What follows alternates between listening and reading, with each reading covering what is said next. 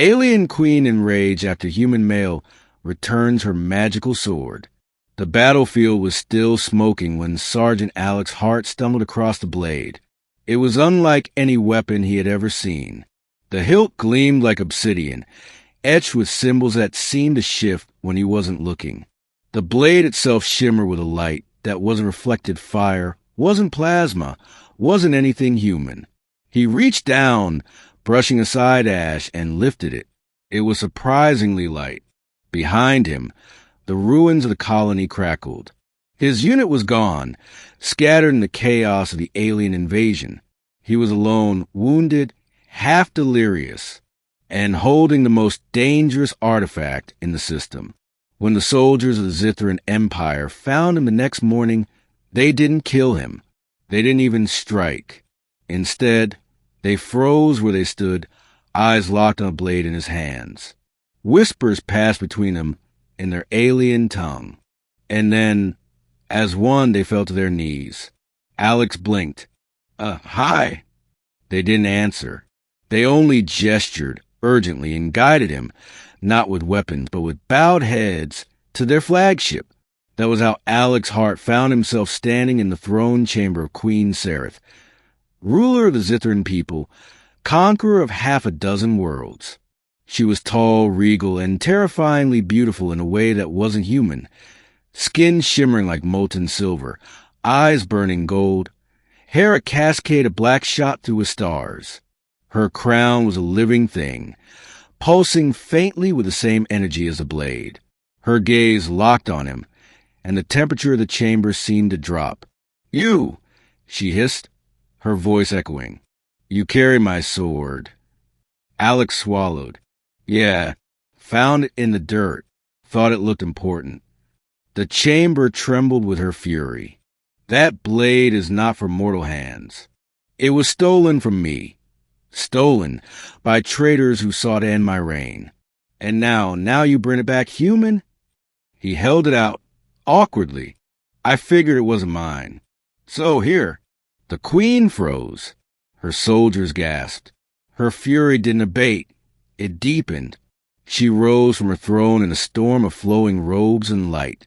"Do you mock me, human? Do you think this a jest? To take up the blade of eternity and offer it back, as though I am some common merchant?" Alex winced. "Lady, I don't want it. Trust me, it doesn't even go with my uniform. Just take the damn thing." For the first time, she faltered. No one had ever spoken to her like that. Not her generals, not her priests, not even her enemies. "You would give up such power?" she whispered, eyes narrowing. "Power?" Alex laughed bitterly. "Lady, I just want to go home. I don't need some glowing death sword. It probably curses your dreams or something." Her golden eyes widened. The chamber fell into stunned silence. The sword leapt from his hand into hers as though alive, sliding into her grip with a hiss of energy. The glow intensified, wrapping her in shimmering light. She trembled as if fire coursed through her veins. Her soldiers bowed low, voices rising in prayer.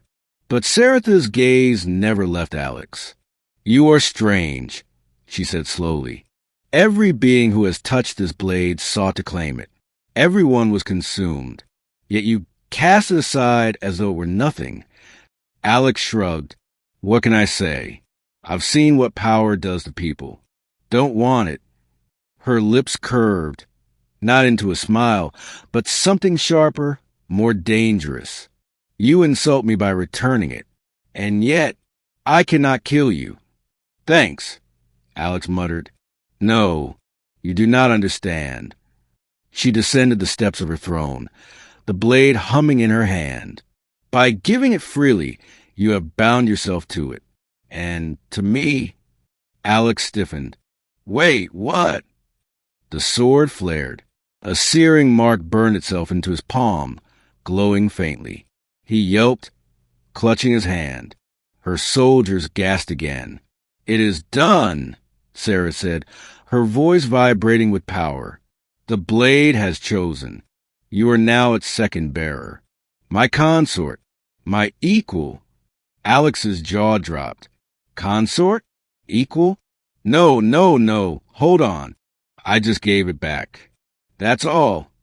You misunderstand the laws written into its steel, she said, stepping close. The one who returns a blade freely becomes bound to the queen it serves. You are mine, human. Alex stared up at her. This has to be a joke. Her golden eyes softened, just barely. I never joke. In the days that followed, Alex found himself trapped in a palace of shimmering crystal, surrounded by aliens who alternated between reverence and suspicion. He sparred with Saratha's generals, much to their frustration. He ate their strange foods, drank their glowing wines. But every night, the mark on his palm burned, reminding him of the bond. And every night, Queen Sarah visited him. At first, her fury simmered.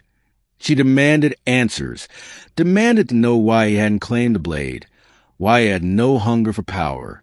But slowly, her questions shifted. What is your home like? Why did you fight to protect your colony? Why did you not fear me when all others tremble? Alex's answers were simple, unpolished. He told her of rain, of laughter, of comrades lost. He told her of stubbornness, of not quitting, of doing the right thing even when it hurt. And something changed in her eyes. Weeks later, when the rebels came, the same faction that had once stolen her sword, they expected an easy fight, but they hadn't reckoned on Alex Hart, standing at Saratha's side with nothing but grit and a captured plasma rifle. The queen wielded the blade of eternity, radiant with power. Alex fought like a man possessed, every shot covering her flank, every step refusing to yield. When the rebels finally broke and fled, Sarah stood panting, golden eyes blazing. She turned to him, her silver skin streaked with sweat, the sword humming like a heartbeat. You are mine, she whispered fiercely, by blade and by bond. But more than that, you are worthy. Alex, bleeding and exhausted, managed a grin. Funny, I thought you hated me. Her lips curved at last into a real smile. I did, until you gave me back what was mine.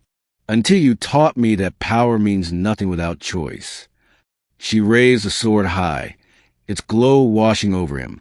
From this day, you are not my prisoner, not my consort, but my partner, my equal. Together we rule. The soldiers roared their approval. The chamber shook with triumph. And Alex, still catching his breath, realized something terrifying. He wasn't going home. But maybe, just maybe, he didn't want to